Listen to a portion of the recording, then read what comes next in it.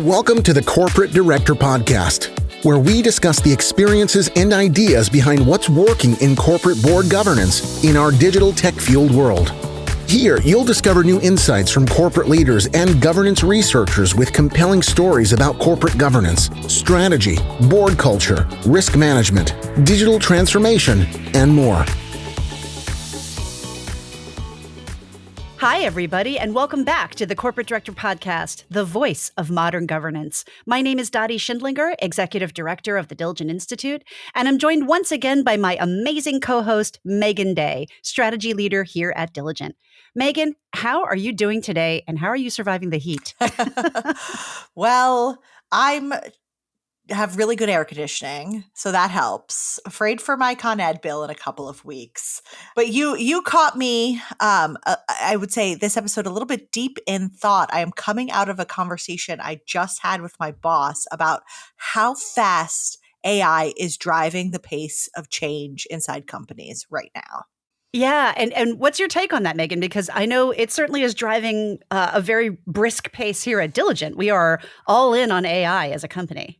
Well, I saw a survey the other day that really stopped me in my tracks. It was from Adecco, where they interviewed about 2,000 C-suite leaders across 13 countries.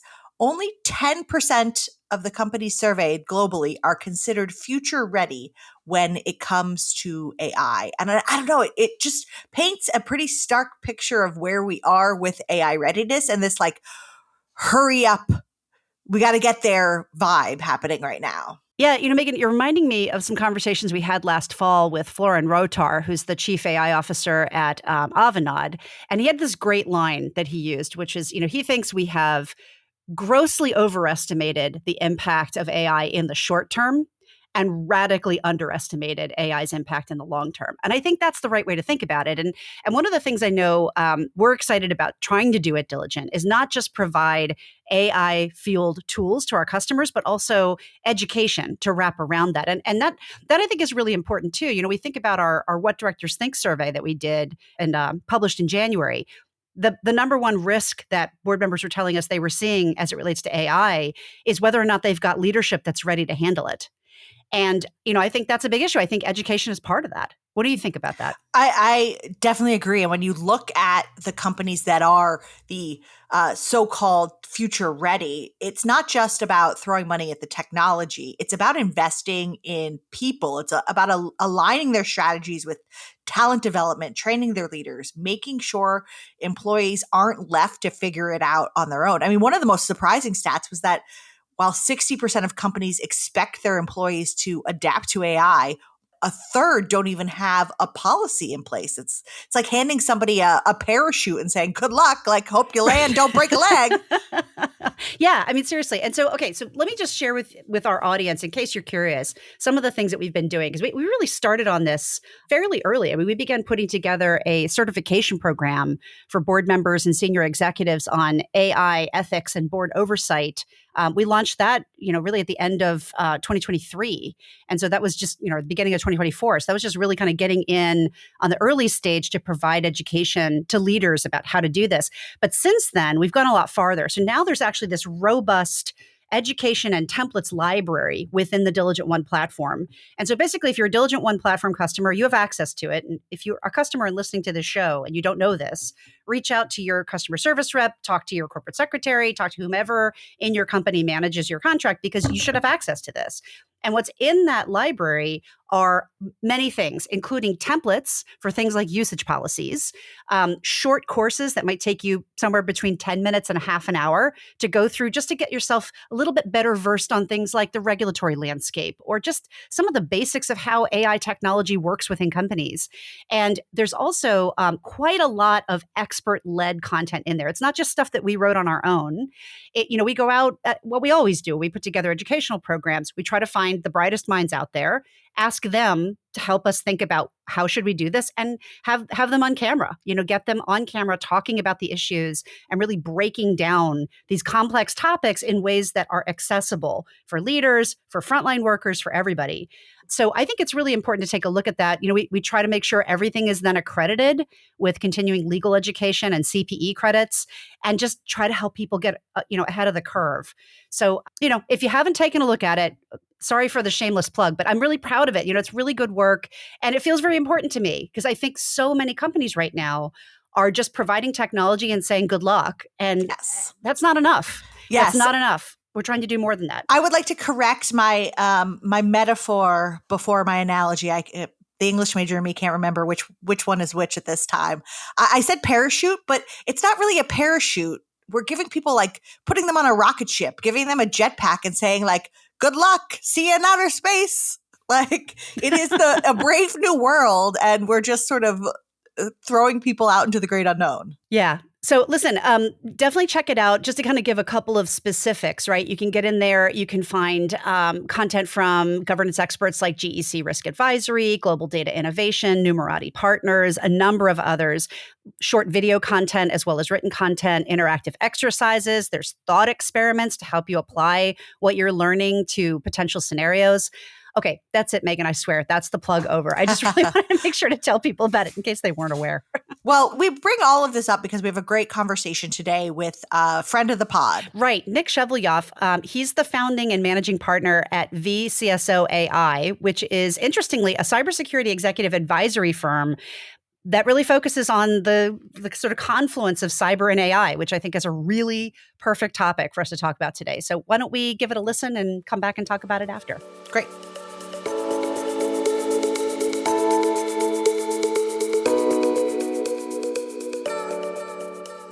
Joining us on the Corporate Director Podcast today is Nick Shevelyov. Nick is founder and managing partner at vCSO.ai, a cybersecurity executive advisory firm. Nick is also a board member at Cofense and the Bay Area CISO Council, and he's also the author of Cyber War and Peace. Nick also served as a former global bank CSO. Nick, thank you so much for joining us on the show. Great to be here, Dottie. Thanks for having me. Well, you know what? I just ran through a couple of highlights of your career. You've done a lot of interesting things, and I wondered if you could start by giving us a little more context and a little bit more background about some of the things that you've done in the cybersecurity space. My pleasure, Dottie. 30 years in cybersecurity, the first 7 technical in nature, building networks, and then ultimately breaking into them with a U.S. secret clearance, working for U.S. government agencies. 5 years at Deloitte, doing strategic management consulting for financial services and technology companies. And then from 2007 to 2021, I was the chief security officer for Silicon Valley Bank, the global bank of the innovation economy. And at one point, we banked 80% of the top tier venture capital and private equity intellectual property around the world. We were the only U.S. bank with a joint venture with China. And I served in that capacity for 15 years. For a couple of years, I was also chief information officer to adopt public cloud and agile software methodologies safely. I stepped down in 2021 to publish a book, Cyber War and Peace, Building Digital Trust Today with History as Our Guide. Takes lessons from history and behavioral science and translates them how to think about cyber risk. And I started vCSO AI, and we're a boutique cybersecurity consulting firm. We help executives think through cyber strategy, and we help cybersecurity product companies build better products, something I did for many years at Silicon Valley Bank. Early days of Palo Alto Networks, Zscaler, and CrowdStrike, I was there as a design partner and used those products, and now I do that independently within my own company. So glad to be here, Dottie. Well, Nick, I'm delighted to have you back on the show. I know you joined us pretty shortly after you had published Cyber War and Peace. We had an opportunity to talk about your book, which is, by the way, folks, a really good read. So you should absolutely check it out. It's a really, really good book. But I was eager to have you back on the show because I feel like a lot is changing in the world of cybersecurity, in large part because of generative AI. And so I want to focus a little bit of time today with you on, this idea that there's rapid adoption of AI. It's changed a lot about the business landscape already, and yet it feels like we're still at the very beginning stages of how it's going to change the business landscape. But I think it's also had a pretty profound contribution to the cybersecurity landscape, both in terms of what the threat landscape looks like, but also in terms of our ability to fight would-be attackers. So talk to us a little bit about what are some of the things we need to know about how AI is changing the cyber world? Yeah, great question. Very topical. So, as part of my practice, is I host chief security officer dinners on a regular basis. And I ask this very question of the operational practicing CISOs. And the common themes that come out from CISOs from large organizations is that generative AI empowered everyone. It made developers be able to develop faster and in parallel with Gen AI, but it also made the bad guys, the threat actors, be able to scale. So think about it in the past where someone who wasn't necessarily a native English speaker, they would have to do research, they'd craft a targeted spear phishing attack, and they target an individual. Now with Gen AI, you can have all that crafted for you at scale, and you can target individuals at scale. And so one of the top threats that organizations are seeing today are really well crafted spear phishing attacks at scale. So that's one of the things that they're seeing. And the other are the deep fakes. It's sort of the imitation of someone's voice or their face or something to build trust for you to authenticate them and then commit some sort of malfeasance. And that is happening on a regular basis. And so you're seeing the increase in targeted spear phishing attacks, and phishing remains the number one cyber threat, and an increase in deep fakes used to trick organizations, typically into moving money. We faced business email compromise for many years where someone with the authority to move money outside an organization got an email from someone that pretending to be the CFO or the CEO. Now you're seeing video transmissions, Zoom calls requesting those money transfers, and they're really fake. So those are some of the top threats that organizations are seeing today and need to prepare themselves against. I mean, those threats are going to keep me up at night, of course. I mean, they seem so easy now. I mean, there's so much of the technology that has come so far. These things are able to be launched by really anyone. To your point, you don't have to even be a native English speaker in order to launch an attack among a company that speaks English, right? It's really gotten so easy. But I also wanted to ask you about some of the ways that AI is also helping to fight some of these new kinds of threats, right? Because I think that there are AI-fueled tools that can also give you a little bit of an advantage over some of the traditional methods of fighting cybercrime. So maybe you could talk a little bit about some of the pros or some of the less scary aspects of AI when it comes to the cyber landscape. Absolutely. And there's new technologies being invented in this AI era. So we kind of came through the cloud era where everyone was migrating to the cloud.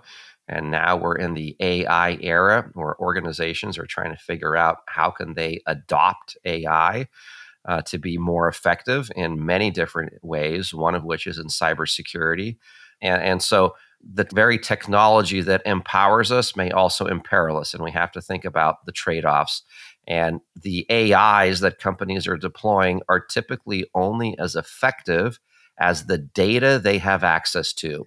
So you need to have clean, labeled data that your AI can source in order to produce some sort of outcome and produce some sort of workflow. And so what's interesting is that the architecture of certain solutions have greater advantages than others. So for example, endpoint detection and remediation, EDR, is the next generation antivirus. It's on our endpoints, and it has direct access to the activity on that endpoint, making EDRs much more effective in the age of AI.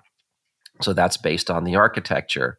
But there are other architectures, such as cloud native architectures, that are application programming interfaces, APIs, connections, which are point to point, that block access to certain data points depending on your privileges, making it much more difficult to leverage AI solutions in the cloud. So I would say that there's lots of use cases that organizations can leverage AI to be more effective, especially including cybersecurity. You have to analyze the workflows that the AI is producing and the data that it has access to. Make sure that you have the right controls in place. When I think about cybersecurity, I think about the capability that you have, the configuration of the capability, and then the coverage that it has. And so if you use those three C's and you analyze how you're leveraging AI native cybersecurity solutions, then you can start to gauge how effective those solutions are, in parallel with adopting it through other workflows within your organization. So those are simple ways to think about it. Nick, I think it's also really helpful to provide some examples, right? I'm thinking about the directors that listen to this show. I think a really helpful example, an illustrative example, could be really useful. So could you give a specific example of, one situation where AI successfully detected or prevented a cyber attack that a traditional method might have missed? I think that when you have SIMs, right? These are large pools of data. What you're seeing is that once you gather these logs in a centralized location, having an effective AI system access those and respond faster are use cases that you're seeing within organizations. And so here's an example: is the Legacy Security Operations Center, where a human sits in front of a screen and looks at lots of different alerts and then takes their mouse and their keyboard and acts and responds to an attack. That has been augmented with AI that monitors those alerts. I mentioned EDRs earlier. Your EDR sends off an alert. It used to be that a human would then respond to it, and that could take minutes and hours. And so that's your mean time to detection, your mean time to response. That's typically in the minutes and hours. You're now seeing AI technologies called managed detection and response auto monitor these EDR alerts and auto respond in seconds, not minutes and hours. So these are examples of real technology that's been deployed now for a couple of years that is bringing down the mean time to detection and the mean time to response on attacks in your network. That is a great example. Yeah. Thank you for that. I wanted to also just have you look. This is something you spend all day, every day thinking about, right? The cyber landscape and what's changing, what's evolving. So, speaking to board members, what are some of the things that you see as the biggest opportunities and challenges in the cyber threat landscape right now? What are some of the things that board members should be paying attention to? Well, do we have someone on the board that understands this technology? Do we understand what is being shared with us in terms of the risks and the rewards? And do we have a plan? Like, are we adopting this and are we learning from adoption? Because there are features in these technologies that are going to give you more accurate forecasting, more effective predictive analytics. And once you have these new insights, how do you ingest them? How do you think about them? How do you incorporate them into your decision-making process? So I think those are points for boards to think about, is having someone who understands the technology on the board, having a good discourse on how they're going to measure the effectiveness of the adoption of the technology, how they're going to receive reporting, and how are we actually going to improve our effectiveness and have greater insights and make better informed decisions. I think that's a healthy dialogue and also a healthy way to adopt a very rapidly changing space, right? It seems like the space is changing at a rate faster than any other technology that we've experienced. And something I mentioned in the book years ago, Dottie, and I'll repeat today, is that the rate of change that we are experiencing today is likely the slowest rate of change that we'll ever experience again. It's just compounding. It makes me want to retire right now. This is so much fun. We're just getting started. We're just getting warmed up. Well, listen, I know that some organizations, hopefully fewer these days, but some organizations have some concerns about over-reliance on automation for security, right? They want to make sure there's a human in the system and keep the human being at the center of the system. So what are some of the key limitations or risks for companies that are incorporating AI and machine learning into cybersecurity programs?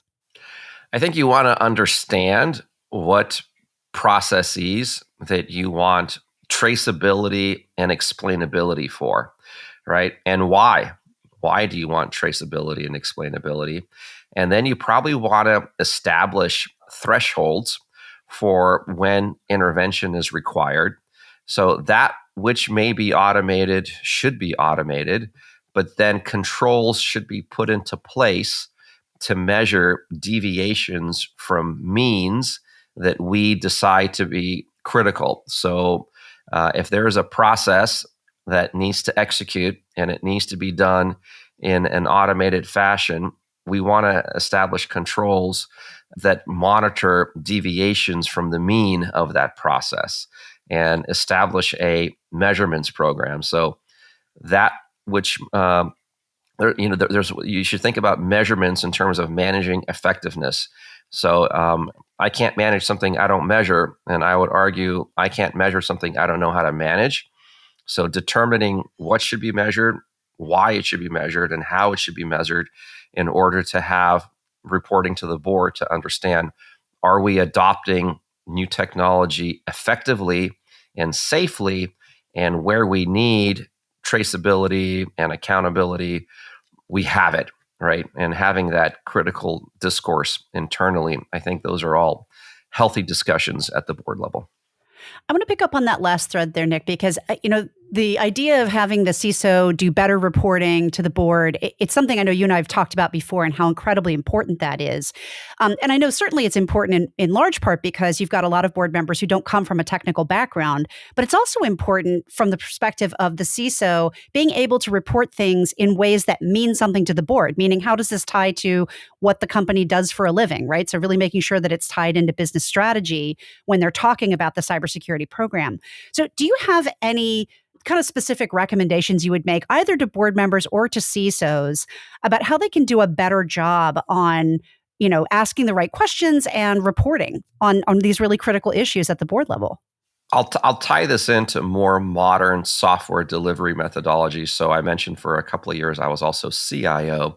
And as a CIO, an agile software delivery methodology is just a more modern, iterative way of producing software. And I thought about the world as the planned business projects that I was delivering on, the planned technology in support of those business projects. The third type of work is planned change in the organization. And the fourth type of work was unplanned work, also known as anti-planned work. The more unplanned work I had, the more it erodes my ability to deliver on planned work.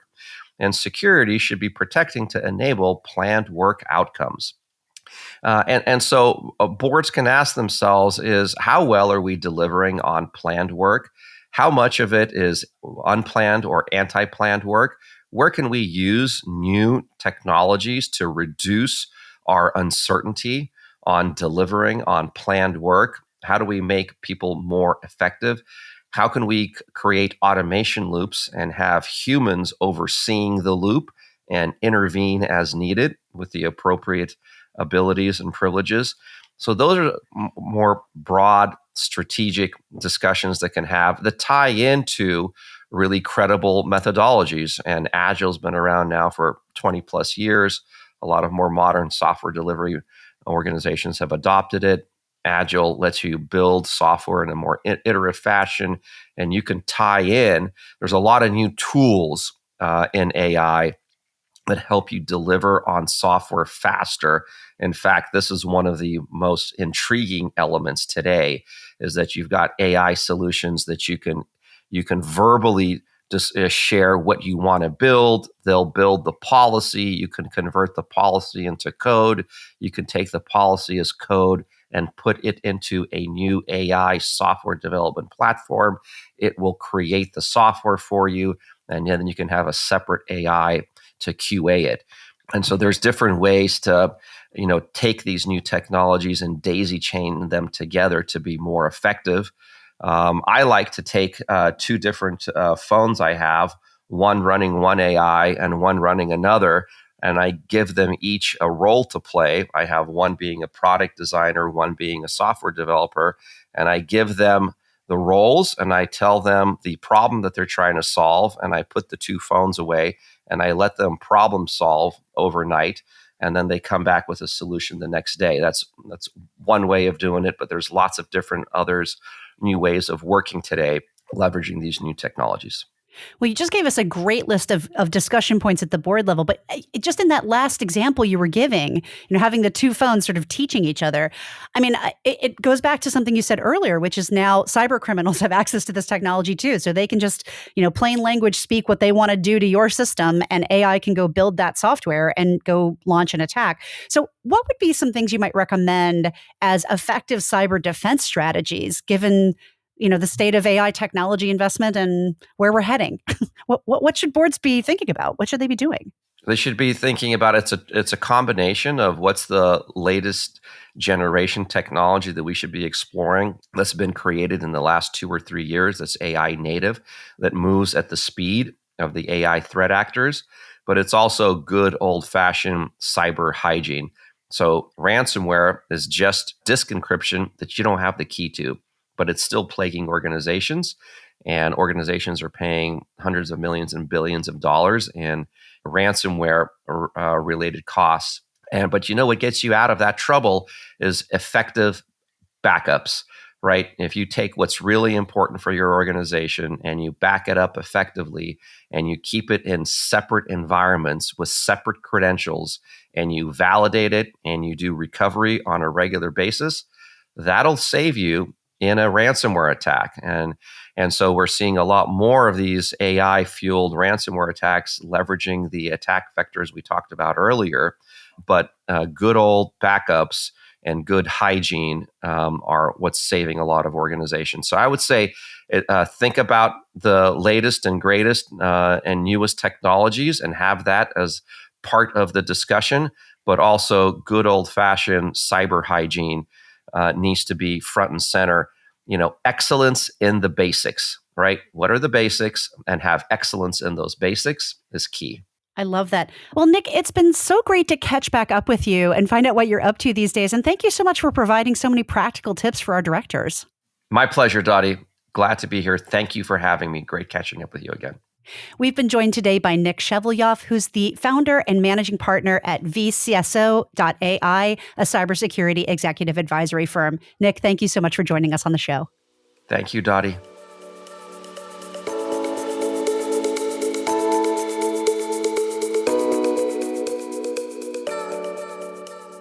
Great food for thought, Dottie. I mean, it brings up this question that I feel like we're starting to have again. Do boards need to have an AI expert at the table? Boy, we've wrestled with that one a lot, haven't we, Megan? And you could have put in fill in the blank expert at the table, right? We've talked about this so many times. And I don't know if my thinking's evolved on this over time. Here's what I sort of think, right? I always go back to the research that Dr. Peter Weil did at MIT on digitally savvy board members, right? And that research was just so clear. Once you have 3 digitally savvy board members in the room, everything goes better. Your growth goes off the charts. Your risk goes way down. The company explodes. And so I don't know whether it's having a specific expert in fill in the blank topic or whether it's just making sure that the people that you are bringing on your board are digitally savvy. Like, do they have sort of that basic grounding and understanding? Do they have that pedigree and that background, not just of having been any type of CEO or any type of CIO, but really kind of thinking in, sort of these future ready ways and having that skill set. And I just think it's become critical for every executive now to be digitally savvy. I don't think you can really be a successful executive if you're not these days. That's a bold statement, but I think that might end up being true. Nope. What do you think? I completely agree with you, Dottie. And I think, we have seen this, as you said before, the fill in the blank with the cyber, with HR, with any sort of, I don't want to say niche subject matter, because it's much more than that. It is this idea of a board member being a generalist versus a specialist. And it just, again, comes back to the balance that you need to strike on your board. And increasingly, as executives get more experience with technology, with AI, with cybersecurity, that I think naturally the boardroom will start to fill up with people that have a much stronger grounding in all of these topics. And here's the difference, right? Okay, if you've got someone on your board who has a grounding in some of these topics, look, you're still going to bring experts in the boardroom, right? You're still going to bring in outside consultants to handle specific issues that your company is dealing with. But if you have someone in the boardroom that understands the subject matter, first of all, they're going to have a network of really good experts you can draw from, right? So they're not just going to call up, the garden variety consulting firms and say, send us your best. They're going to know people. And they're also going to know how to vet the quality of the consultation that you hire, right? Because sometimes, and I hate to say it, but I don't know if you noticed this, Megan, but suddenly last year, did you notice everybody was an AI expert?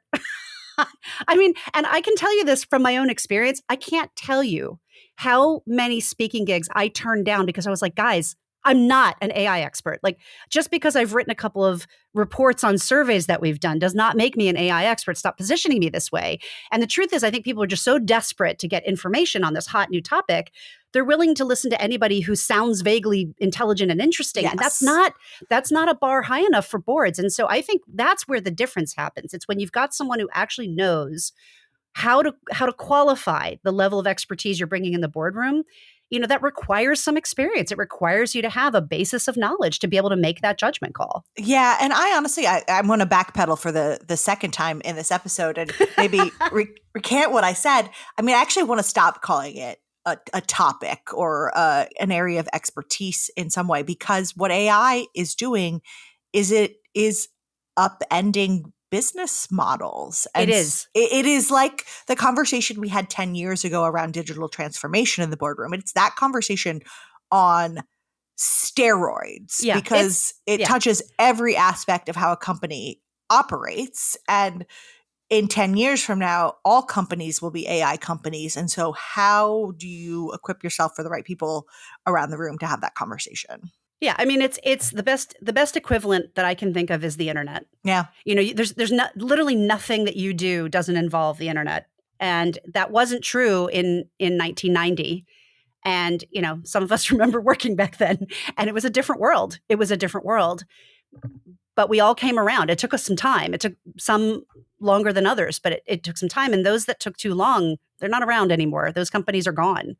I think it's the same thing. AI is going to very quickly become technological DNA. In fact, I think it is pretty much has at this point. It is there. It's not necessarily in every single system, but I think you'd be hard pressed to find a single piece of code that hasn't been written partially by AI these days. I mean, why would you write code manually anymore? I mean, why? It would take you several times longer and be full of errors.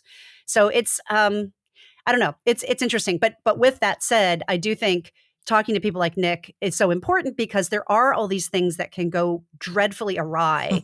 And you do have to think about the implications of all of these changes, all these rapid changes, and all the hype and all the excitement, which is really easy to get swept up into.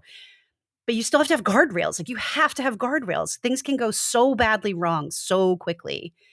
Anyway, how do our conversations always turn to like doom and gloom? I think it's my fault. Is that my fault? I'm sorry about that, Megan. Yeah, despite your peppy voice, Dottie, you are just full of doom and gloom. All right, like the Pollyanna for the apocalypse. Well, that wraps up another episode of the Corporate Director Podcast, the voice of modern governance. I'd like to say a few special thank yous, first and foremost, to our cyber and AI expert, Nick Shevelyov, podcast producers, Kira Ciccarelli, Steve Clayton, and Laura Klein. Our sponsors for the show, PwC, KPMG, Wilson Sonsini, and Meridian Compensation Partners. And most especially, thank you to Diligent. If you like our show, please be sure to give us a rating on your podcast player of choice. 5 stars only, please. You can also listen to our episodes and see more from the Diligent Institute by going to diligent.com/resources. Thank you so much for listening. You've been listening to the Corporate Director Podcast. To ensure that you never miss an episode, subscribe to the show in your favorite podcast player. If you'd like to learn more about corporate governance and tools to help directors do their job better, visit www.diligent.com. Thank you so much for listening. Until next time.